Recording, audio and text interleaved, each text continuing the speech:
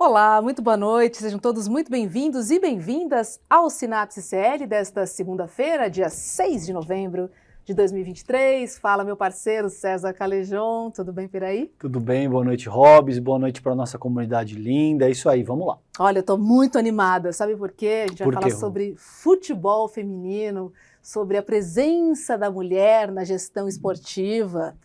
E a gente vai receber uma fera aqui, Opa, César, uma referência, que eu já vou chamar logo para o nosso telão. vamos lá. Valesca Araújo. Seja muito bem-vinda ao nosso Sinapse CL. A Valesca é oficial de partida, trabalha nos bastidores do futebol, é delegada de partida, meu caro. Ou seja, Valesca é braba, é muito brava e muito respeitada no mundo do futebol. É um prazer receber você por aqui. Boa noite. Boa noite a todos. O prazer é meu, o espaço é uma oportunidade incrível de estar aqui, ainda mais para falar, né, de futebol feminino, de mulheres no esporte. Então, para mim é uma alegria imensa. Obrigada mais Obrigado, uma vez. obrigado, Valesca, a gente que te agradece, é uma honra recebê-la no programa também, vamos lá. Valesca, conta pra gente o que é que você faz nos bastidores como oficial de partida. Você manda mais que o juiz no campo? Conta pra gente aí qual é o seu papel ali. Digamos que eu mando até a hora que começa o jogo. A partir do momento que Ah, começa, o poder vai para o árbitro e para a árbitra, mas até lá fica comigo ali. Eu que dou as muito. cartas, digamos assim, ou a bola nesse caso. E o que é que você O faz oficial de partida, ou especificamente? delegado, como a gente chama aqui na Comebol, a gente cuida da parte que a gente. A parte técnica, né?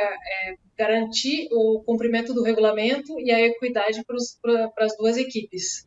Então, a gente faz a interface com as duas equipes, horários de chegada, a gente coloca essas regras que não são do jogo, mas são do torneio, né? Da competição. A gente cuida de tudo ali que envolve as equipes e também faz com que o jogo comece no horário. As duas Ah, principais funções são essas: cumprir o regulamento e começar o jogo no horário. E o restante a gente vai ali dando algumas pitadas, alguns detalhes, cuidando de todos os detalhezinhos para a experiência também das equipes ser incrível, e não somente de quem assiste. Então, tem o controle das bolas, pressão de bola, altura do gramado, altura de trave, se as linhas estão marcadas corretas ou não estão. Caso não estejam, a gente pede a correção, checa novamente. Então, a gente chega em torno de 2 dias antes, para jogos de Libertadores, para jogos, né, que são jogos únicos assim, a gente chega com 2 dias. Para grandes torneios, a gente consegue chegar até, às vezes, com uma semana, às vezes com 15 dias, e aí quando é FIFA, quando é Mundial, às vezes até com um mês de antecedência para colocar tudo no lugar. mata uma Uhum. curiosidade São minha, detalhezinhos César. que não aparecem, mas que são imprescindíveis, né? A altura de trave, se você não vai lá e checa, Ah, que ou a legal. distância do pênalti, se ele está marcado certo num jogo de volta, por exemplo, né? Então, são imprescindíveis esses detalhes que muitas vezes todo mundo que vê não se intera, né, que estão ali, mas eles foram checados, foram verificados e estão corretos quando começa o jogo. Que Aí começou o legal. jogo é com o árbitro, com a árbitra. Ou seja, deixar tudo pronto para o show começar. Curiosidade minha, quantas bolas tem numa partida, mais ou menos assim? Quantas vocês precisam deixar lá? 13. Em 13 geral são bolas. 13. A gente tem 12 gandulas e a do jogo. Às vezes a gente pede uma ou outra para ficar de reserva ali. Tem 2 gandulas que ficam sem bolas, que são atrás do gol para poder ir buscar a que vai muito longe. Então a gente trabalha com 13 a 15 bolas. Ou seja, existe todo um universo de detalhes que as pessoas que assistem o espetáculo ali sequer desconfiam, né, de que tem todo esse trabalho, de que tem que ser meticuloso, de que você tem um número específico de bolas, todo um conjunto de coisas que precisam estar bem alinhadas para que o espetáculo de fato aconteça.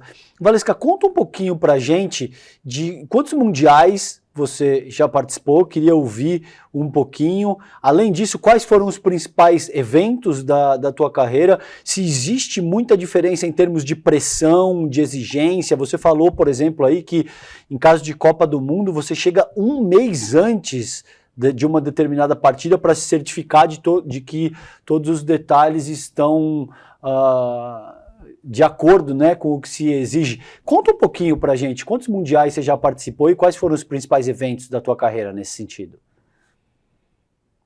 Eu comecei com o Mundial aqui, que foi onde eu entrei no futebol, né? Copa das Confederações 2013 e Mundial do Brasil em 2014. Esses Uhum. foram os primeiros, mas que eu não estou contando, assim, porque eles foram um aprendizado e eu estava numa outra função, né? Eu estava na parte da organização. Como team manager, eu fui para dois de feminino, né? 2 mundiais femininos de base, um sub-17 e um sub-20, lá em 2016 e 2018. E a partir disso eu comecei a entrar mais no quadro da Conmebol, fazendo a parte mais da organização, que é essa que é a minha paixão atual, assim, que é o que eu tenho feito, me realizado muito e estou muito feliz assim com as oportunidades. E aí eu fui para um mundial de base, que foi o ano em 22, perdão, 22, o ano passado na Índia, foi o meu primeiro mundial como oficial FIFA. Esse sim eu fui praticamente 3 semanas antes, né? Um mundial na Índia, uma realidade diferente, um mundial de base. O requerimento ele é um pouquinho mais baixo, porque você não pode também dar o mais alto já na base, que você aí é um outro assunto que talvez a gente entre mais à frente, né? Dessas experiências e a formação das jogadoras e tal. Então ele tem uma cobrança um pouco mais baixa, então você vai um pouquinho antes e você entrega ali, checa se está tudo certinho, um padrão que a FIFA exige, ele é de look é muito alto, e também na questão das bolas, tudo isso que eu falei, né, de checagem de gramado e tal, campos de treinamento, também a gente se envolve com isso, porque você tem que dar a mesma condição para treinar que a seleção vai ter para jogar. Então, esse foi a minha primeira experiência na Índia, e já era meu terceiro mundial, que já tinha ido para 2 de base. E esse ano que foi a cereja do bolo, né, que eu fiquei 1 mês e meio, 1 mês e 45 dias na Nova Zelândia, num estádio único, né, que foi o de Wellington, e nesse eu cheguei com 1 mês de antecedência.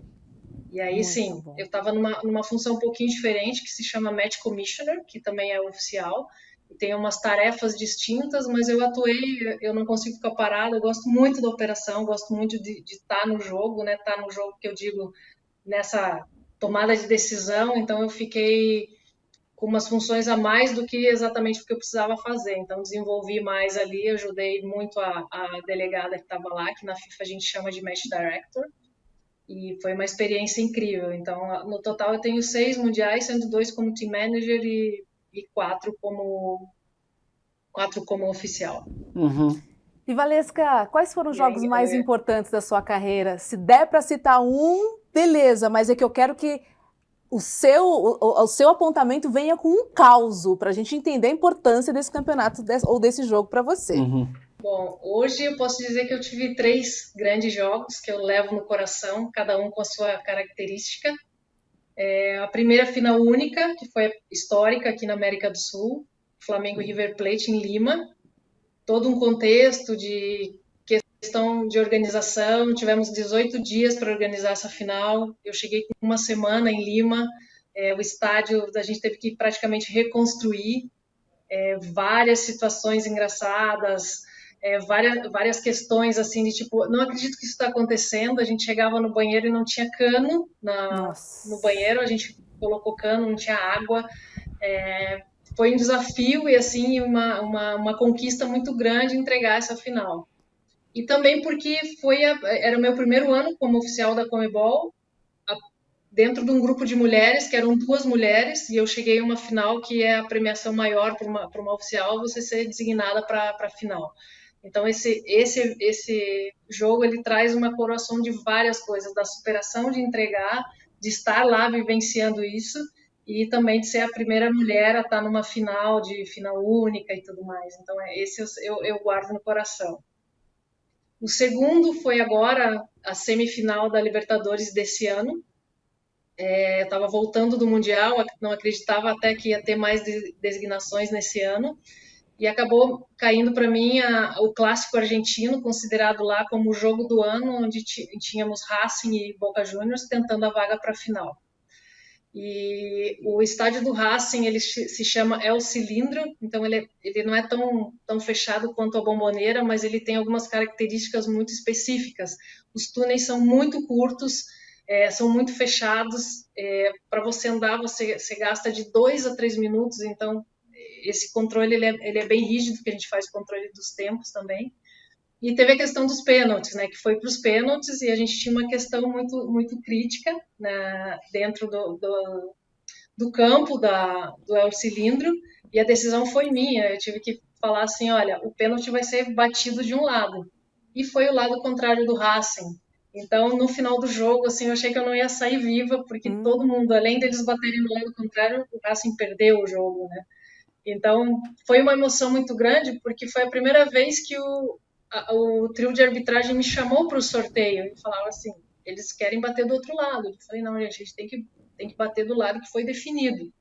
E era contrário, e fica aquela coisa argentino, brasileiro e tal, e saiu na mídia que não foi a melhor decisão e tudo mais, mas eu tinha registrado tudo antes, o porquê, né, daquela tomada de decisão, por uma questão técnica do campo, e aí acabou tudo bem, exceto para o Racing, que não ganhou. Que perdeu.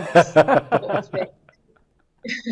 E aí foi interessante porque, assim, eu chegava na Argentina e para um jogo dessa proporção, tinham outros dois naquela semana com Libertadores, com Sul-Americana, perdão, e falavam, nossa, você tá em qual jogo? Sempre apontavam que eu estava no outro jogo. Eu falei, não, eu tô no Racing e Boca Juniors.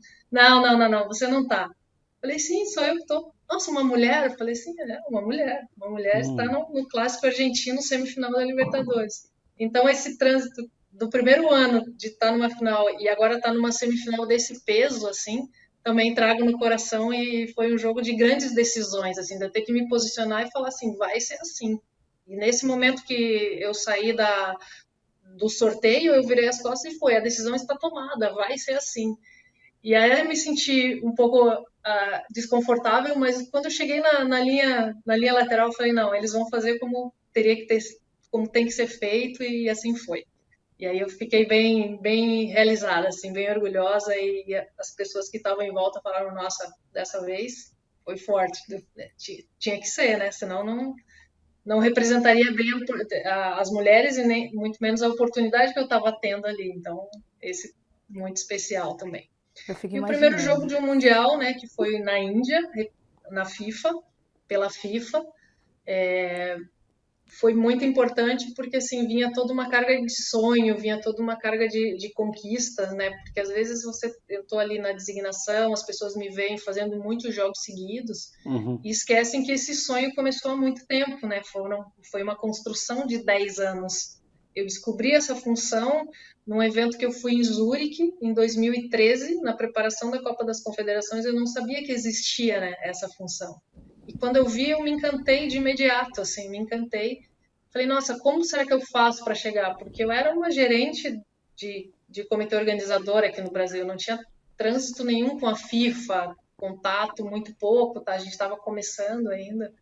E 10 anos depois, eu estava fazendo, 9 anos, quase 10, estava fazendo um jogo pela FIFA dentro daquilo que eu tinha me proposto a buscar.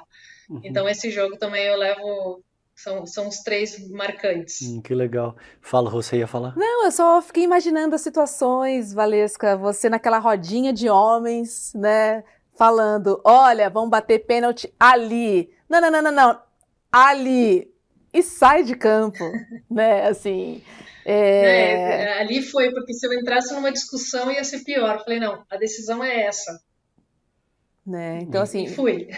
isso é muito incrível, porque ao mesmo tempo em que há um receio, né, em ouvir, né, uma ordem de uma mulher, porque não deixa de ser, porque as regras precisam ser cumpridas, tem todo um posicionamento de você também dar esta ordem, né? O que também é um desafio para a mulher, né, Valesca? Queria compartilhar um pouco com você, porque às vezes eu sempre lembro, né, assim, já falei aqui algumas vezes, uma amiga minha fala, olha, quando você estiver falando alguma coisa séria, não sorria, né, fale seriamente e tal. E eu, de verdade, eu acho que o problema não é o sorriso, é a maneira que você fala, né? Então, assim, ao mesmo tempo, você não pode ser muito doce ali, porque imagina a Valesca tomando decisão, sendo muito doce e conversando com as pessoas. Mas, ao mesmo tempo, ela precisa se impor, porque enquanto a gente vive nesse patriarcado, se ela falar de uma maneira natural, talvez ela não seja respeitada. Tô certa, Valesca?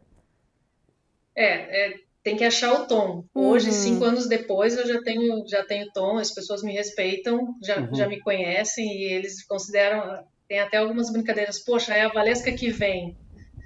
Vamos ter que fazer tudo certo, não vai dar para brincar. E para mim isso se eles falam brincando, se eles falam tentando me diminuir, para mim funciona muito pelo contrário. Eu falei assim, que Uhum. bom que vocês sabem que comigo tem que ser sério, porque a ideia é justamente essa. Encontrar esse tom nem sempre ele é fácil. O que me ajudou muito é assim, os delegados mais antigos, eles sempre me deram muito apoio. É importante ter esse apoio de quem já está há mais tempo, né? Seguir essa e você ocupar o seu lugar, porque não vai ser na primeira, não vai ser na segunda. Muitas vezes eu já voltei para casa falando, poxa vida, que jogo difícil, por que que tem que ser tão difícil? Mas é seguir, é mais do que a decisão, é você manter essa decisão, sabe? Não, é assim que vai ser batido daquele lado. Ou então uma outra situação que aconteceu, a gente fala toda reunião, antes de cada jogo tem uma reunião. E seja, uma equipe que está chegando numa final, por exemplo, ela já teve 9 reuniões, no mínimo, né? Você Uhum. tem lá 6 jogos da fase de grupo, mais quartas, oitavas, quartas, né? No mínimo 9 reuniões ali ela já teve. E aconteceu que quando o jogador ele é expulso, a jogadora é expulsa antes do minuto 75 do jogo, obrigatoriamente ele tem que ir para a sala do doping. E a gente fala isso toda semana expulso, vai para a sala do doping. E o jogador famosinho foi expulso aos 15 do primeiro tempo. Você não Ficou vai no falar, túnel. você Aí não vai foi, falar o nome pra não gente? posso. Mas no Ok, final, de um grande time aí. ok, Foi expulso, é porque depois veio uma discussão que é melhor não falar não. tá. Aí eu falei, olha, você não pode ficar. Dele, contra o meu time é sempre assim, contra o meu time, e aí tem isso, né? Porque todos os times falam a mesma coisa. Contra a Argentina é sempre assim, contra a brasileira é Hum. sempre assim. A gente sempre tá na posição que eles acham que é errada, né? Eu considero Uhum. a melhor posição, que é a que tá com o regulamento ali, você cumpre e você tá calçado. Falei, olha, você não pode ficar e tal, tal, tal. Vocês têm que ter bom senso. Assim, você foi expulso aos 15 do primeiro tempo. Eu tenho que ter bom senso? Vamos Muito cumprir. bom. Tem que ir pro doping. E eles não escutam isso, eles não absorvem, né, isso. Eu falei, não, você tem que ir pro doping. Nisso aparece o médico de doping, que era a função dele tirar. E ele não queria tirar, porque era um jogador famoso e o cara tava, Hum. né, caliente, como a gente fala em espanhol. E aí eu falei, doutor, por favor. Aí ele olhava para o jogador e olhava para mim, ele meio que desesperou, ele encontrou mais canal no jogador que ele falava assim, cara, eu vou ter que te tirar porque ela quer. Eu falei, se ele falar alguma coisa, aí eu vou brigar com o médico. Mas aí ele não, é melhor a gente ir, é melhor a gente ir. Eu falei, é melhor para os dois irem. E aí saíram os dois e tal, não teve muito problema depois que veio o team manager, né? Eu falei assim, ó, o próximo passo é segurança, eu não quero colocar segurança pro jogador. E Uhum. aí fica nessa, né, sabe? Não, com ela não dá. E para mim é um reconhecimento, assim, quando chega e fala assim, poxa, ela tem uma passagem muito engraçada que aconteceu no Equador. Eu fiz um jogo de eliminatórias era Equador e Argentina, com o Messi no banco, que é terrível, porque aí todo mundo quer tirar foto e tal, e eu tive um perrengue com os policiais. Eu comecei a gravar os policiais. Falei assim: você está trabalhando, você não pode tirar foto, você não pode chegar aqui para o mestre pedir coisa. Não pode, para ninguém. E Uhum. assim, a gente discutiu, e no final ele falou assim: você não pode me gravar. Eu falei: você também não podia gravar o mestre, você estava gravando. Então, quem tá mais errado? Só sei que finalizou o jogo. Beleza, sobrevivemos todos, graças a Deus. E me caiu uma escala na semana seguinte para Libertadores na mesma cidade. Não era o mesmo estádio e tal, ele foi para clubes. E a gente tem um oficial de segurança que nos acompanha também, que é um oficial Comebol e tal, e ele cuida toda da operação de segurança e eu cuido, né, o delegado cuida de toda a operação da parte técnica, né? E essa pessoa faz uma reunião no aeroporto, faz uma reunião com a polícia e tal. E chegou o meu oficial de segurança daquela partida rindo. Falei, ué, foi boa a reunião dele? Cara, acho que é melhor você ficar amanhã no hotel. Eu falei, o que aconteceu? não, que a polícia perguntou assim, quem é a delegada? Não me diga que é aquela mulher de pelo branco, de cabelo branco, porque essa não tem como. Aí ele, é melhor você ficar no hotel, talvez a polícia, por favor, não esteja muito satisfeita com você. Falei, acho que é melhor eles cumprirem direitinho o regulamento, Ótimo. porque eu vou pro campo amanhã. Então a gente brinca e tal, mas foi uma posição que já foi conquistada, né? Assim, Claro. pela seriedade do trabalho, né? Isso. Porque a gente se Valesca é posiciona. E eu acho que tem a conversa que a gente está tendo aqui denota algo importante para todo o contexto societário que a gente vive. Isso que você trouxe na tua fala anterior, Hobbs, é importante, isso que a Valesca está colocando também, porque, a meu ver, existe uma diferença entre autoridade e autoritarismo. Uhum. Autoridade é aquilo que é exercido com propriedade. Você está cumprindo a tua função e você vai fazer aquilo valer, independentemente de se você está falando com o Messi ou se você está falando com um jogador da Série B do Brasil. A gente sabe que e é isso que eu gostaria de te ouvir, pelo menos eu suponho, que, claro, quanto mais fama, quanto maior é o nome com o qual você está lidando, é óbvio que existem dinâmicas ali que precisam ser negociadas, porque esse cara sabe que ele tem muita força. Né? Quando você está lidando com uma grande estrela, ele está acostumado a ser paparicado, ele está acostumado a todo mundo pedir autógrafo e querer tirar foto com ele o tempo todo. Ele não ouve, não. Exatamente. Né? E você vai ficando empolado. Você vai ficando, sabe, tipo assim, não é você que vai me dar ordem. Não sou eu que estou te dando ordem. Eu estou aqui cumprindo a minha função e a regra se aplica para absolutamente todos os jogadores. Mas autoritarismo é outra coisa.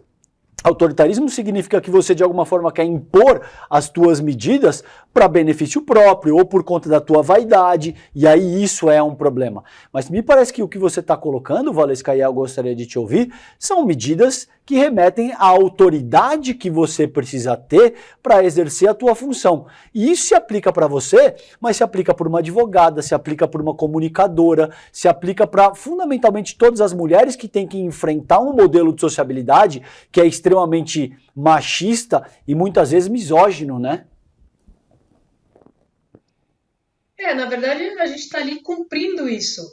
O papel do regulamento é dar igualdade para ambas as equipes. Quem são suas estrelas fazem parte, obviamente, do jogo e a gente consegue fluir nesse sistema muito bem, porque, na verdade, é mais fácil você tratar todos como estrela do que você diferenciar, não, esse sim, esse não. Então, para mim, jogadores são todos jogadores e eu trato todos como se fossem as grandes estrelas. Treinadores é professor, presidente de clube é presidente, não me interessa se é do que está lá na Sul-Americana ou que está na final da Libertadores. São todos competidores e tem que ter o mesmo tratamento. Esse é o meu papel, essa é a minha função. Né? Então, quando eles veem que é igual, ele não fica medindo. Claro, eles falam isso sempre, minha equipe... Claro, porque também isso aí faz parte do jogo e faz parte da cultura do futebol. Se é bom ou ruim, aí já é outro ponto. Mas faz. E a gente também está acostumado a militar nesse meio. Sabemos que é assim. Mas eu busco sempre tratar da mesma forma todos eles, independente do seu grau ali de celebridade ou não, porque é aí que eu ganho. Porque fala assim, poxa, ao mesmo tempo, tanto que nesse dia do Messi, o médico estava sem credencial, o médico da Argentina. Eu fui lá, seu nome está aqui na escalação, eu preciso ver dele, eu sou médico há 20 anos. Falei, ok, mas eu não lhe conheço, desculpa, seu nome está aqui? E aí falou uma besteira ou outra, assim, aí eu fui tirar o policial, ele falou assim, o meu nome é tal e tal. Ele viu que, tipo, também, o meu trabalho era em benefício dele também, sabe? Não era assim, eu tô ali porque eu quero saber quem você é, porque depois eu vou pedir uma foto. Falei, não, eu tô ali porque eu preciso fazer meu trabalho. Esse posicionamento que você mostra que você está fazendo o seu trabalho e baseado também no regulamento, que não é uma coisa que se inventou da sua cabeça, hoje eu não quero que... Cara, isso aí você vai ganhando espaço, que é isso da decisão e manter essa coerência, né? Eu acho que isso é o mais importante, você mostrar que você está ali igual para os dois lados, não interessa se é uma final, se é o primeiro jogo da fase 1, né, se é feminino, se é masculino, se é base, pelo menos, eu busco tratar da mesma forma. Eu estava na Libertadores feminina até a semana passada e era isso. O pessoal fala, poxa, mas aqui não é Libertadores. Eu falei assim, não, aqui é Libertadores. E eu tenho uma coisa muito minha, que é assim, a gente trabalha com sonhos, né? O futebol, ele é feito de sonhos. Uhum. E a gente não pode ser leviano com o sonho dos outros. Então, à medida que eu tô numa competição que para muita gente, uma Libertadores feminina não precisa ter a cobrança ou a exigência, não tem, porque o sonho daquela pessoa, daquela menina, daquela mulher que está jogando, ele é tão importante quanto do jogador que já é celebridade, que já atingiu. Com E é certeza. isso que faz, né? É o detalhe que faz a experiência valer a pena. E a nossa função é fazer com que a experiência seja incrível. Uhum. Porque a gente está ali fazendo, provendo o ambiente para essa experiência, né? Muito bacana, deixar o palco preparado, né, Valesca? Valesca, recentemente a gente perdeu, né, a nossa ministra do esporte, Ana Moser, uma referência, né, dentro e fora das quadras, para todo mundo que gosta de esporte, para todo mundo que acredita nos valores do esporte. E aí eu queria te perguntar, você vê mudança na estrutura de poder do futebol, do esporte? Ou seja, donos de clubes, oficiais de partida, eu já percebi que sim, temos você aqui falando com a gente, mas nessa estrutura de tomador de decisão, mais mulheres, Cartolas e tal. cartolas, você acha que a gente pode ter uma presidenta da FIFA num médio, curto prazo? Nessa estrutura de poder mesmo. Aqui Boa. no Brasil, por exemplo, eu lembro, né, da presidenta do Palmeiras, né, enfim, que comanda o clube. Puxa, eu não consigo lembrar de outra. Mas você vê essa mudança? Está muito lenta? Você acha que a gente vai ter uma presidenta da FIFA? Ou é algo muito distante, hein? Uhum. Eu espero que a gente tenha. Eu confio que vamos ter. Eu não vejo um curto e médio prazo, não. Eu acho que é um Tá. processo, como tudo. Na Europa, Ásia, um pouco mais avançado. Aqui a gente ainda está começando. A gente tem a presidenta do Palmeiras, há uma presidenta de Federação Estadual da Paraíba, é uma mulher. Tem mais uma presidenta de clube da Série C, se eu não me engano, de um clube do Norte, e que eu me recordo são essas.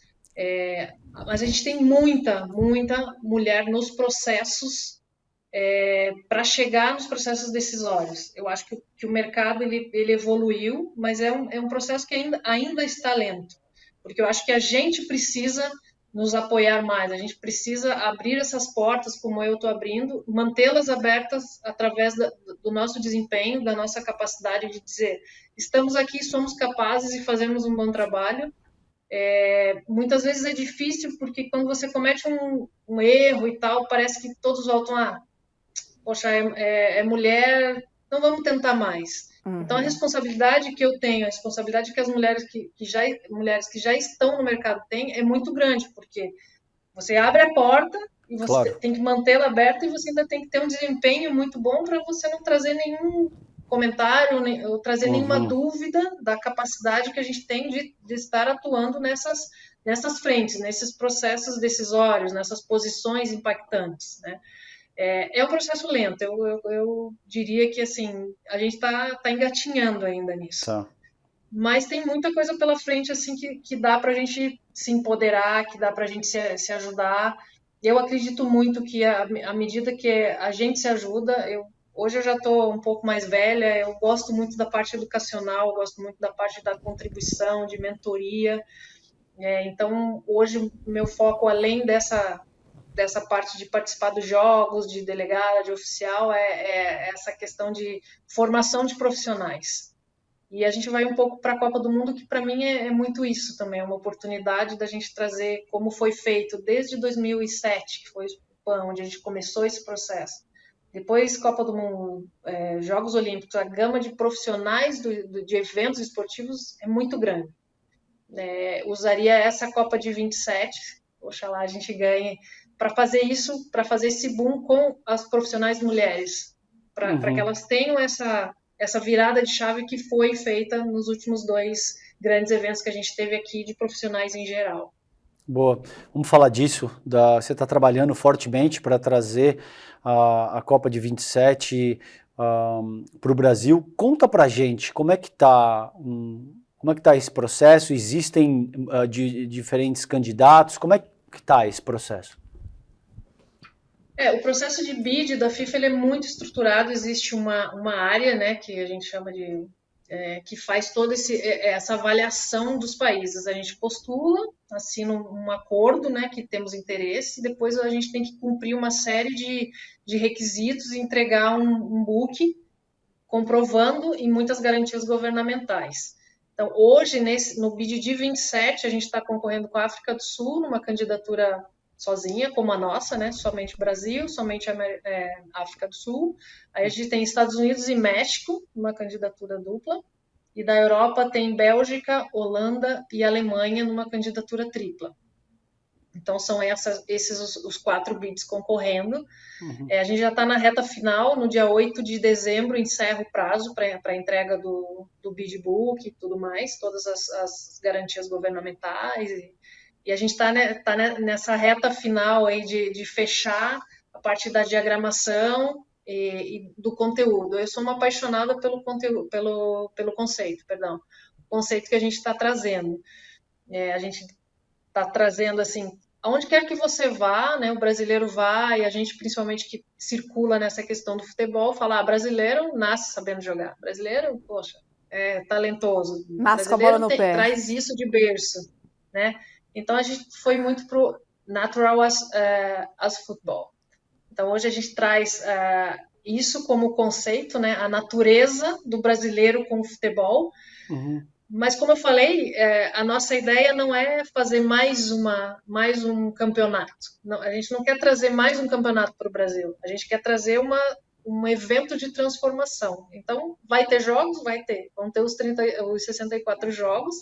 Mas a ideia da Copa do Mundo é trazer uma transformação de questões de sustentabilidade, da valorização da mulher profissional, oportunidade de trabalho para essas mulheres, desde formação, porque muita gente fala assim, é muito difícil entrar no meio esportivo, é muito difícil você passar a ser uma profissional do esporte.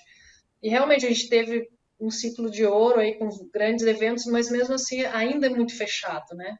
A gente teve sorte na nossa geração que está podendo beber dessa fonte, né? E tem as novas gerações que estão querendo chegar e tal. Então, o conceito é muito além do que vai acontecer dentro dos estádios. São as riquezas naturais das regiões que a gente está envolvendo, as matas, né, a Amazônia, os rios, trabalhar com o conceito da água, que é permeável, assim, a nossa logo está indo para o lado da água.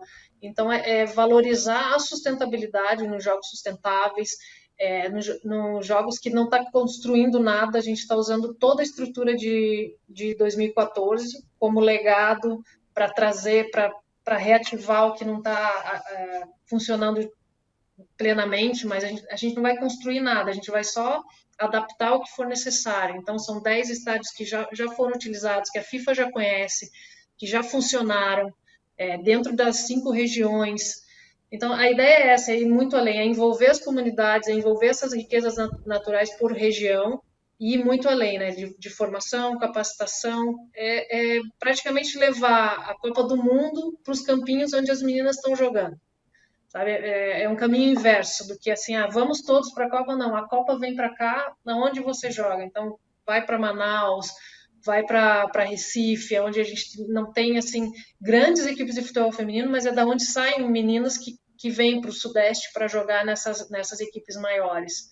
Então a grande ideia é isso, é muito, muito além do campeonato, né? É fazer um evento de transformação no Brasil e tentar o que a gente puder também envolver a América do Sul. Você acha que trazendo a Copa do Mundo Feminina para o Brasil em 2027, de certa maneira, estimularia e melhorariam as condições para as meninas que querem seguir a carreira de jogadoras de futebol? Você acredita que isso possa ser, na verdade, uma grande vitrine e inspiração para essas meninas, Valesca?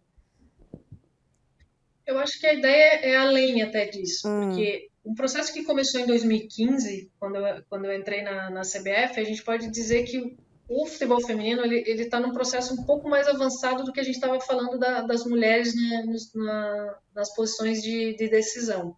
Tá. Em 2015 começou um processo, hoje ele já está mais avançado, está muito longe do ideal, é óbvio, não é tão simples assim, 5, 7 anos você fazer uma transformação tão grande, mas esse processo ele segue.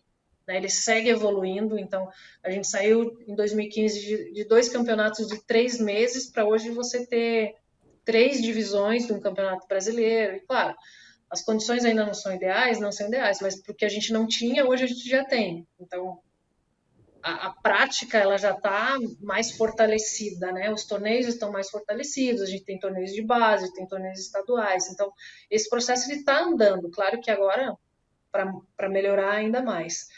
O que eu imagino que possa acontecer trazendo a Copa do Mundo é a gente reforçar isso, a gente estressar essa questão assim, sim, estamos num processo evolutivo, isso aqui vai potencializar ainda mais, sim, mas não somente das meninas para a prática, para as profissionais que querem entrar no mercado, para quem já está trabalhando há muito tempo e tem que se deslocar, não. O que a gente pode fazer aqui? Já tiveram dois estados que já anunciaram que, devido estarem envolvidos na candidatura, vão melhorar seus estaduais. Porque os estaduais são importantes também, né? Um pouco na contramão do masculino, que hoje os estaduais eles já têm outras vertentes.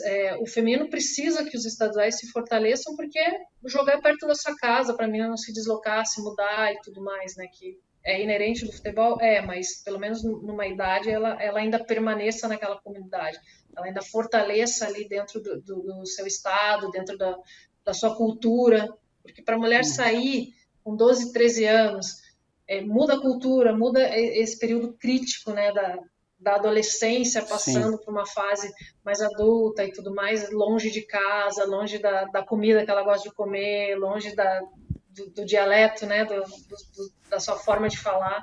Sim. É uma ruptura muito grande e é uma aposta muito grande, né?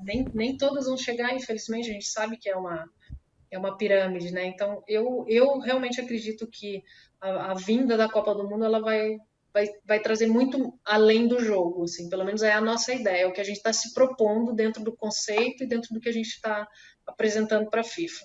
Legal, então tem uma frente social, tem uma frente de sustentabilidade.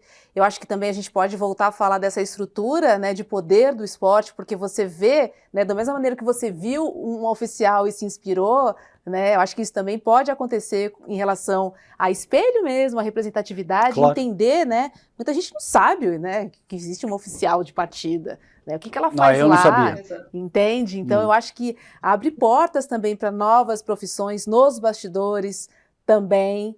É muito legal, assim. O que me preocupa de fato, Valesca, é esse legado.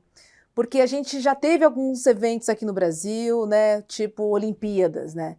Você vai no Parque Olímpico do Rio de Janeiro, você chora, né, César? Abandonado. Assim, um dinheiro que foi investido ali que não foi pouco. Né? Poderia ter feito quantos hospitais ali, tantas coisas que poderiam ter sido feitas, e a gente não vê essa capilaridade, né? Esse legado. E aí você não entende para que esse investimento para um evento de 20 dias, de 5 dias. Ele não pode ser só para esse período. Né? Tá. Acho que é uma grande preocupação que a gente tem aqui no Brasil em relação a isso, né, Valesca? A nossa proposta é exatamente ao contrário, é usar o que existe. A gente não está oferecendo para a FIFA, não, vamos construir, tanto que a gente está usando os mesmos estádios, como eu já falei. Perfeito. E a estrutura que existe. Os centros de treinamento são espaços que já são existentes, que os clubes já utilizam, ou que o próprio governo já tem e tal. O governo está nos apoiando muito, a gente conseguiu todas as garantias e tal. Na questão do legado, eu acredito que seria mais uma questão de você dar continuidade, você acreditar, e por isso que eu prezo muito essa questão de fazer os jogos nas regiões, porque assim, vamos lá, começar lá do início, a menina quer jogar, ela quer jogar futebol, e ela quer jogar futebol num clube, só que o pai, a mãe, a comunidade onde ela está inserida, eles não conseguem vislumbrar que isso hoje é possível, ela vai ter que sair de casa para ir para São Paulo e Rio, não, quando você leva uma Copa do Mundo para lá, você leva para dentro da comunidade e a mãe vai falar, poxa, tem um monte de mulheres jogando futebol, as melhores do mundo estão jogando aqui. Você torna palpável aquele sonho para a menina que muitas vezes está muito longe de ser entendido. Perfeito. Isso é uma coisa. E aí você vai treinar naquele campinho ou naquele clube que o pai e a mãe também seguem, que eles são torcedores e tal. E essa ideia de legado me agrada muito. Assim, você toca a realidade das pessoas lá que vão apoiar, e o Estado também vai ter que fazer algo por aquilo. Porque assim, pera, eu trouxe tudo isso. O que eu posso tirar disso? E hoje eu vejo os estados, a gente envolveu mais as federações e estão mais cientes disso. Porque o futebol feminino ele é um caminho sem volta. Ele é um caminho sem volta. Ele não vai conseguir não fazer mais. Sabe? Uhum. Claro, as condições sempre vão ter que ser melhoradas. Principalmente assim, a experiência que a gente tem na Libertadores, todo ano ela melhora. Um torneio que já é grande, que jogam os grandes clubes, mas sempre traz uma novidade, sempre traz algo a mais. Não tem como você voltar. E o feminino, claro, tem um caminho longo a percorrer, mas assim, também você não pode voltar, você fazer uma Libertadores feminina com 10 clubes, como era antigamente. Não, você vai continuar fazendo com 16. Essa continuidade, para mim, é importante. E cada vez que você avança um pouquinho, se você tiver mulheres ali que sabem o que querem e que entendem que, poxa, a gente tem que cumprir o nosso papel também de cobrar, fica mais difícil de retroceder, né? Então, Uhum. eu entendo quando você fala da questão de legado, do quanto foi gasto e tal, e concordo que isso não pode acontecer de novo, por isso que a gente está pautando muito na questão do que já existe, até mesmo para trazer de volta nessa vida em alguns estádios e tudo mais, e relembrar, poxa, existe isso aqui, vamos continuar fazendo, mais uma chance de seguir fazendo, mas é um fator que envolve muitos atores, né? É governo, é federação, são os próprios clubes, são interesses dos clubes e tal. Não Uhum. seria um evento único, não, vamos fazer e agora vai dar certo. Não, é o Uhum. envolvimento, o engajamento e a continuidade. Uhum. Ô, Valesca, e para essas posições internas, vamos dizer assim, dos bastidores que organiza o show, como é que isso está em termos de remuneração? Por exemplo, a tua posição, ela é remunerada da mesma forma que um homem par que exerce a mesma função? Ou ainda existe alguma disparidade? Porque suponho eu, me corrija se eu estiver errado, não acho que uma menina do Corinthians, por exemplo, tenha um contrato sequer parecido com um jogador do masculino do Corinthians. Uhum. E a gente sabe que, por outros esportes, por exemplo, o surf, há alguns anos, a principal associação que regula, que organiza competições de surf ao redor do mundo, equiparou as premiações entre homens e mulheres. Eu parei de acompanhar, eu não sei como é que isso está hoje em dia, mas há alguns anos a principal associação de surf equiparou as premiações em dinheiro, tanto para homens e mulheres. Como é que isso está no futebol? Entre as jogadoras, entre as pessoas que exercem funções nos bastidores do esporte, isso está equiparado ou falta muito ainda nessa direção? Não, ainda não está equiparado, também está numa evolução. Por Tá. exemplo, a seleção feminina hoje ela recebe em questões de diária, em questões de prolabore, é igual, foi equiparado já na gestão anterior. Isso segue. Dentro dos clubes, isso vai variando muito de acordo com o que cada clube pode cumprir. Por exemplo, você pega um brasileiro que tem 20, brasileiro feminino, que tem 20 equipes, não são todos que podem manter uma folha como o Corinthians pode, que é a mesma realidade do masculino em números inferiores. Uhum. Mas se você comparar com 2015, teve uma evolução muito grande. Tá. Hoje as meninas, a grande maioria tem contrato, ou pelo menos tem ali uma segurança de carteira e tudo mais, um registro, que antes não tinha. Antes, junta 11, vamos jogar e ver E no que fico dá. feliz por Hoje isso, não, né? hoje já é muito mais estruturado, essa evolução aconteceu. Em questão de valores ainda tá aquém, ainda tem que se buscar. Mas aí entra na mesma questão, né, de visibilidade, de patrocínio e tudo mais, e aí se replica para todas as outras questões que impactam na questão de gerar esse dinheiro, né? Uhum. Ainda tem que se trabalhar muito. Na parte profissional, hoje, Conmebol e FIFA é o valor da posição, Tá. indifere se você é homem ou mulher, você vai Perfeito. receber a mesma coisa. Dentro do mercado, eu acredito que questões de treinadores e treinadoras aí vai também pelo seu desempenho. O clube paga, independente se é homem ou mulher. Mas, claro, vai depender dos fatores aí, como no masculino, né? Se você ganha, se você não ganha, se você faz um bom trabalho e tudo mais. É um valor mais baixo ainda, mas tá no processo. Esse ano, por exemplo, a Libertadores Feminina tinha sete patrocinadores. Uhum. Então, já foi inédito. As premiações cresceram. Não é a mesma premiação, não é? Até porque é um torneio num formato diferente, né? A gente viaja e joga a Libertadores inteira lá. Tá. Não é como a masculina, que é por semana, que você tem as datas e tal. Então, a própria visibilidade, o próprio retorno para o patrocinador é um pouco diferente. Tá. Mas eu tenho bastante confiança, assim, tá evoluindo, né? A gente tá acelerando, né? A cada ano você ganha mais coisas, assim, você avança nessas melhorias. Ainda tem um caminho muito grande, né? A diferença é muito grande, mas não estamos parados. Acho que isso é importante também. Ok. Vou pegar carona na sua pergunta, porque eu queria falar sobre treinadoras, né? Porque a maioria, né, dos times de futebol feminino, a maioria é treinada por um homem, né? E aí eu queria entender com a Valesca se existe algum projeto, se existe algum movimento, alguma programação, né, para formar treinadoras, mulheres, para que possam de fato gerenciar os times femininos, porque para mim é muito natural, mas a gente também não tem no mercado, né? Nos bastidores existe um movimento nesse sentido, Valesca? Olha, os cursos que tem é curso de treinador. Hum, É o mesmo curso. E não tem um curso para futebol feminino, porque academicamente a CBF acredita que o futebol ele é um só e o que hum, muda é a resposta, né? Uma mulher, a fisiologia da mulher ela é diferente. Então a sim. resposta ao jogo ele é diferente, mas o jogo em si é o mesmo, né? As regras são as mesmas e tudo mais. O que tem dentro da CBF Academy tem um curso de formação e as mulheres são super inseridas. Eu tenho até esse número porque a gente vai responder para a FIFA também pergunta.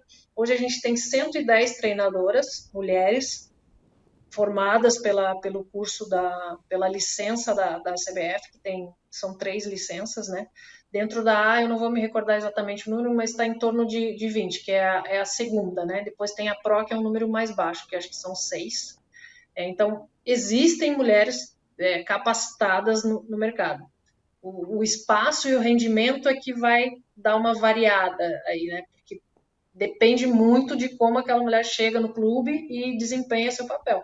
Mas hoje já é um número muito maior do que em 2015, quando eu comecei com o futebol feminino. Uhum.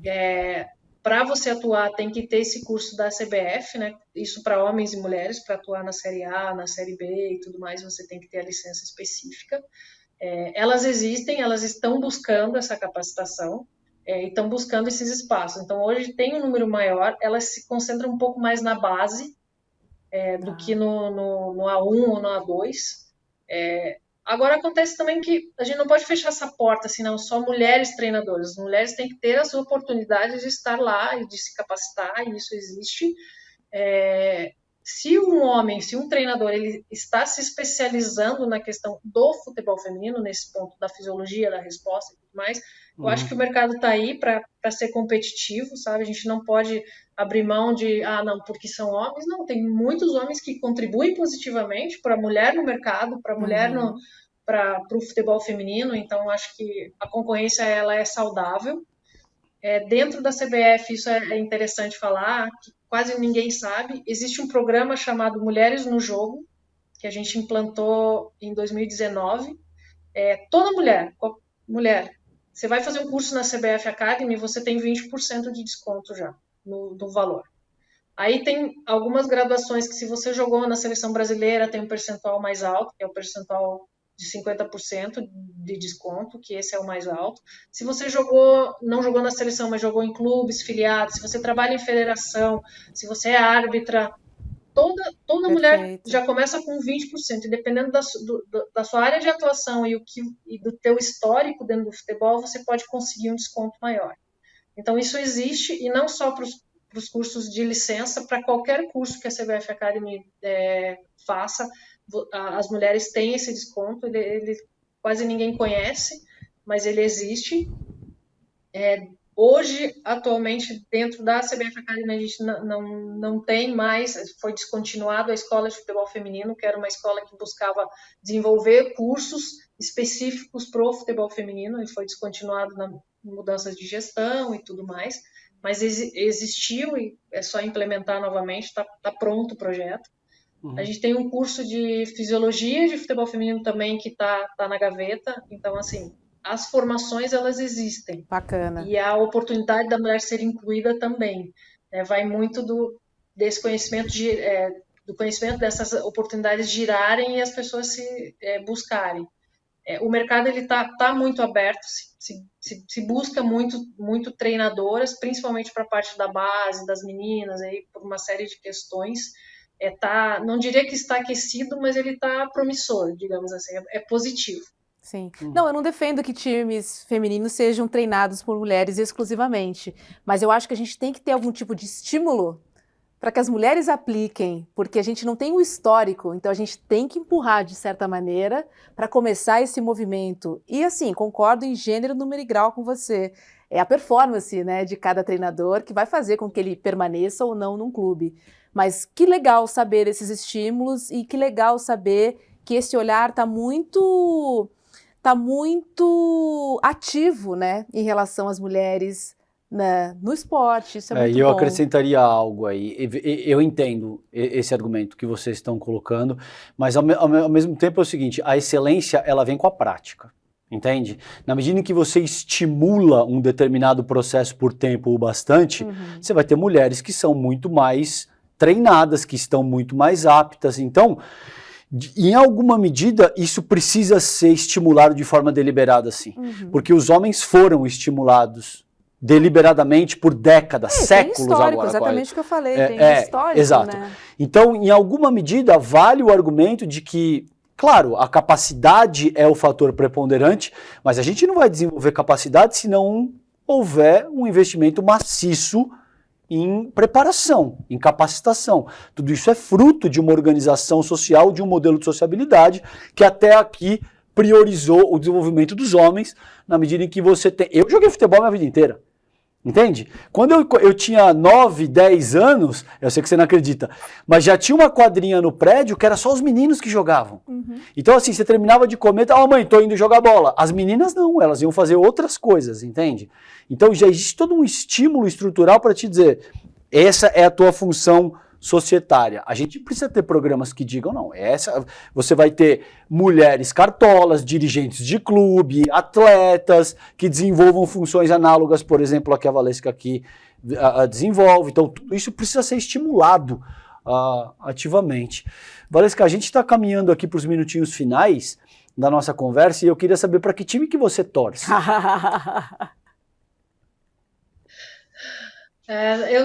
Depois que você entra nesse processo, algumas mágicas elas desaparecem, entende? Então, cada vez que me perguntam isso, eu fico lembrando de quantos jogadores me xingaram, quantas pessoas me falam, acho que é melhor deixar assim. Eu sabia que você ia se preservar nesse sentido, muito inteligente da sua parte, porque desenvolver uma função de tamanha responsabilidade como você tem, se você diz, eu sou corintiana, você vai fazer um trabalho com o Palmeiras, os caras vão falar, mas você disse lá na entrevista, cara, que você é corintiana, entendeu? Jornalistas das antigas não falavam o time que torcia. Hoje em dia isso já caiu também, porque não tem como não torcer para um time. Não, mas o jornalista ainda é uma posição um pouco distinta, na medida em que você organiza questões administrativas e que remetem a toda a organização do espetáculo, eu não diria. Se eu tivesse na posição da Valesca, eu também não diria. Não vou me expor nesse dia, não torço para ninguém, eu faço o meu trabalho e cá estamos. Antes de me despedir, Valesca, deixa eu só falar com você, porque eu assisti a Copa do Mundo Feminina pelo Cazé TV e lá tem um chat que você faz comentários e tal. E aí, assim, no segundo jogo, a Cazé TV desativou o chat. Porque, assim, o nível, né, dos comentários e o preconceito era tão grande, que o jogo Contra as praticamente mulheres? contra as mulheres. O quê? Mas Tipo, assim, árbitro? não, contra jogadoras, Ah, sabe, assim, o cara tá pesado. assistindo o show das mulheres pra criticar as mulheres. Exatamente. Que loucura. E aí, sabiamente, eles resolveram desativar o chat. Assim, eu juro que eu não consigo entender. Não gosta, não assiste, rapaz. É. Simples assim. Qual é o prazer? O que será que passa na cabeça desses homens, Valesca? Será que eles nos veem como intrusas numa rodinha ou num esporte que eles acham Quer dizer, que foi eles feito para eles? gera uma insegurança. Hein? Eu acredito que é nessa linha. É a sombra, é o medo de perder um espaço, é o medo de ter que baixar um pouco as piadas, o que falam, porque eu sinto isso às vezes quando eu chego em algumas rodas, até mesmo de oficiais e tal, eu falo, poxa, eles não vão poder, eles falam, não vou poder fazer aquela piada, não vou poder fazer aquele comentário. Então, quanto mais eles desconstroem a nossa presença, mais eles tentam fortalecer um espaço que seria fechado, que ali tudo é permitido. E hoje a gente vem trazendo um posicionamento e até mesmo muitas vezes eu não gosto muito de bandeira, mas assim, fala, gente, o mundo está mudando e vocês precisam mudar. E o esporte vai mudar, e o futebol vai mudar, gostem ou não. Mas eu acho que é muito esse receio do espaço que se perde. Eu vejo muito por isso. Não é o espaço de trabalho, não é o espaço de, poxa, vai tomar meu lugar, isso, aquilo. É muito mais o espaço de ser sem limites, né? E aí diz que tem que voltar para a cozinha, porque a mulher antigamente não questionava e ficava na cozinha, a gente escuta direto isso no jogo. Eu acho que é esse receio de poder pôr para fora o que eles estão colocando ali no chat, atrás de um computador, mas que vai ter que mudar. O último jogo que eu fiz num país da América do Sul foi exatamente isso. Eu cheguei e falaram assim, nossa, uma mulher. Eu falei assim, gente, uma mulher. Na terceira vez que eu falei assim, uma mulher, se acostumem, porque a gente não vai deixar de vir. A gente vai continuar vindo. Claro. Boa. Acostumem-se ou não. E aí foi um jogo difícil esse. Eu falei assim, não, acostumem-se. E eu também, eu sou alta, sou grande, as pessoas... eu acho que eu intimido mais, então acaba sendo um pouquinho mais fácil. Eu falei, gente, acostumem-se, porque a gente não vai deixar de vir, porque a gente tem as costas largas para aguentar essa carga inicial. Porque em algum momento também vai passar. Eu acredito que em algum momento as coisas vão se encaminhar para serem mais suaves. Quero fazer a minha parte nisso para tornar mais suave. Não, tá fazendo. Você já tá fazendo. Você já é uma referência absoluta nesse sentido. Então a tua parte você já tá fazendo. Eu acho importante aí. Veja, e tem uma questão que eu gostaria de colocar antes da gente terminar. A misoginia, ela é muito mais aceita que o racismo, por exemplo. Porque hoje, se você faz um comentário racista dentro de campo, isso vai dar um problema. Dá problema? Dá problema. Dá problema, Rô. A despeito de não ser aquilo que a gente queria ainda, porque nem deveria existir essa dimensão. Agora, hoje, se, por exemplo, se aparece uma oficial negra e um par faz um comentário racista, você vai ter um problema brutal, Roberta. Vai ter um problema brutal. Pode ter certeza. Se você faz um comentário misógino, já nem tanto. Isso ainda é mais palatável, entende? É óbvio que as duas coisas são absolutamente sérias. Valesca? Você sabe por quê? Por quê? As próprias mulheres, elas não estão acostumadas a ver isso como uma agressão. Elas escutam aquilo, a gente teve uma formação que, isso é normal. Você acha tolerável? Então, as novas gerações já estão vindo com esse chip. Eu falei, isso não pode. Mas a minha geração, e talvez uma antes, assim, poxa, isso aí fala mesmo. Então, ok. E essa mudança também é importante, você entender que não é aceitável, e se posicionar. Eu geralmente, assim, pela posição que eu tenho, às vezes as meninas vêm e me falam assim, não, você tem que me falar na hora, porque eu não vou deixar barato. Não vai passar de novo, só que me fale na hora, porque se você me fala na outra rodada de alguém que já estava em outra escala, eu não vou ter força para dizer, mas eu tô com você. Ou não é porque foi com você que não dói em mim. Sim, vamos lá, vamos fazer o que for necessário. E deixa eu ver contigo, porque a Rô me olhou com uma cara que ela não concordou muito com o que eu falei, eu não tenho certeza, eu não frequento esse meio. Você acha que é o caso que um comentário racista, por exemplo, produziria muito mais dano, ou seria contestado, traria consequências muito mais sérias do que um comentário misógino, ou você acha que esse não é o caso? Essa é a pergunta.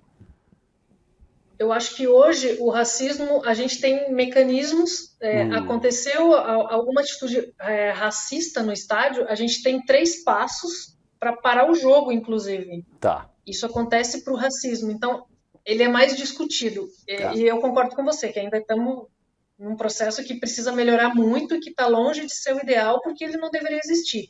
Então a gente tem que fazer um caminho de ida e depois um caminho de volta, que assim, ok, não existe mais, vamos voltar para cá e que chegue logo esse momento. Ainda temos muito que melhorar. E aí eu volto no que eu respondi. Eu acho que o misógino ele não é tão visto, porque as pessoas, não, isso ok. Isso ok. Ele é mais palatável. Essa é a minha visão, entendeu?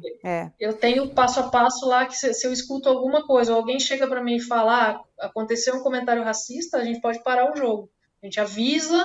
Na reincidência, o segundo passo já é parar o jogo. O mesmo não se aplica com comentários misóginos, por exemplo. Você não tem esse mesmo tipo de dispositivo para comentário misógino. Ok. Não, eu entendo. Coletivamente, coletivamente eu entendo o que a Valesca está dizendo.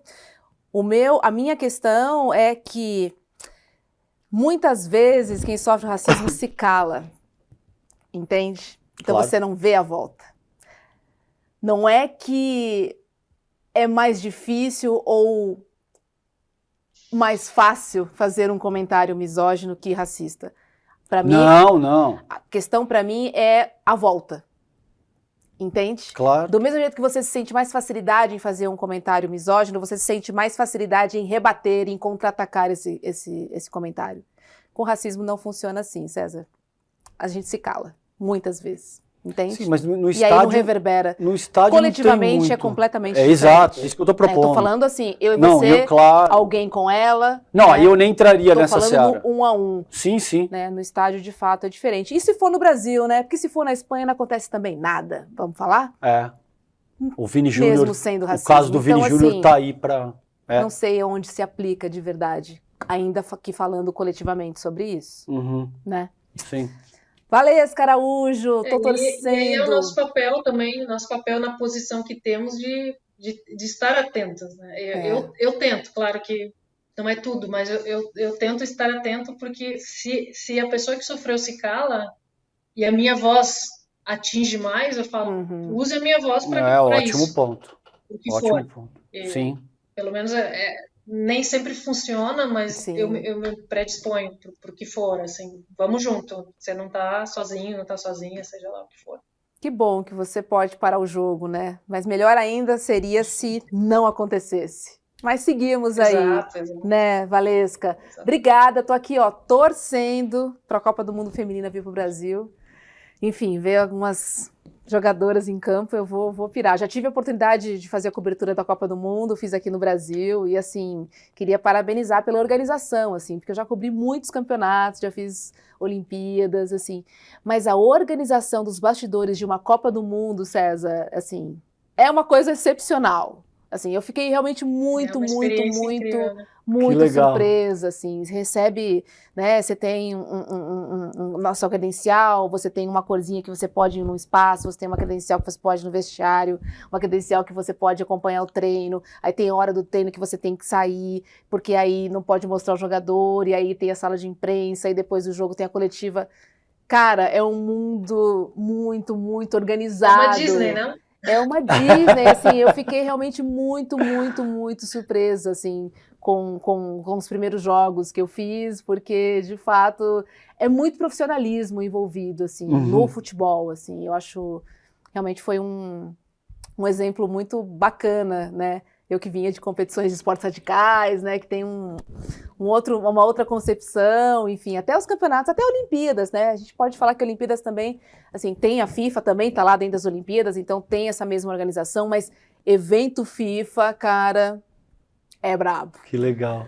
Parabéns, Valesca Araújo. Obrigado, viu, querido? Sorte pra gente. Vamos trazer essa Copa do Mundo aí pra nós. Valeu, beijo. Valesca. Um beijo Deus grande. quiser, se Deus quiser. Tchau, Obrigada, Tchau, tchau. gente. Muito obrigada. Tchau, tchau. Olha, César, nossa intimidade é grande, né? Eu só olhei pra você já falou que ela não concordou comigo. Mas é porque a gente faz isso com frequência no ar e eu acho que a beleza do Sinapse é isso, não é um debate pasteurizado no qual a gente vai ficar concordando o tempo todo e tal. É discutir temas de forma legítima, é ser capaz de repensar a tua própria postura, uma vez que o debate legítimo pressupõe isso. Sim. Pressupõe que você não só espera a tua vez de falar, mas você considera genuinamente o argumento que está te sendo apresentado. Muitas vezes você não vai concordar e você vai manter a tua posição, mas algumas outras vezes você pode pensar com base no que ela trouxe, com base naquilo que você ouviu, com base naquilo que foi dito e tal. A beleza do programa é essa, eu acho que a gente faz isso muito bem aqui. Espero que vocês também aí no chat É. estejam comentando, curtindo, enfim, concordando ou discordando da gente. O importante é refletir e fazer essa sinapse, que é a proposta do programa. Vamos lembrar da programação? Vamos lá.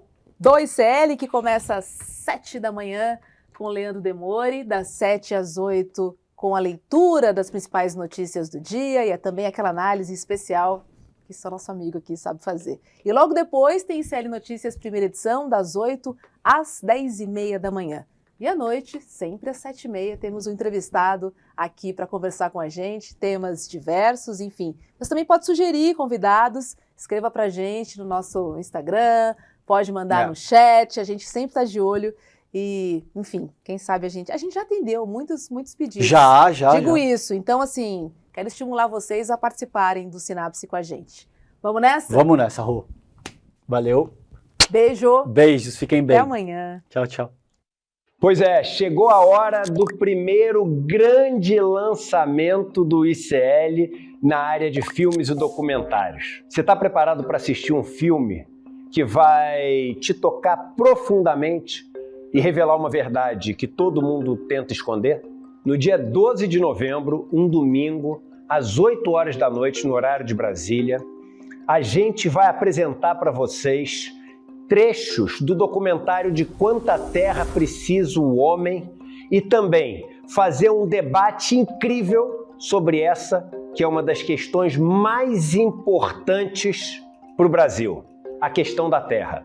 Junto conosco vai estar ninguém mais, ninguém menos do que João Pedro Stedley, um dos principais líderes do movimento dos trabalhadores sem terra. Estarão conosco também várias outras pessoas que têm na sua vida a luta da terra como um dos principais motores. Para você não perder esse encontro histórico e assistir trechos inéditos do filme De Quanta Terra Precisa o Homem, é só você se inscrever gratuitamente no link aqui em cima ou aqui embaixo. Não perde essa chance.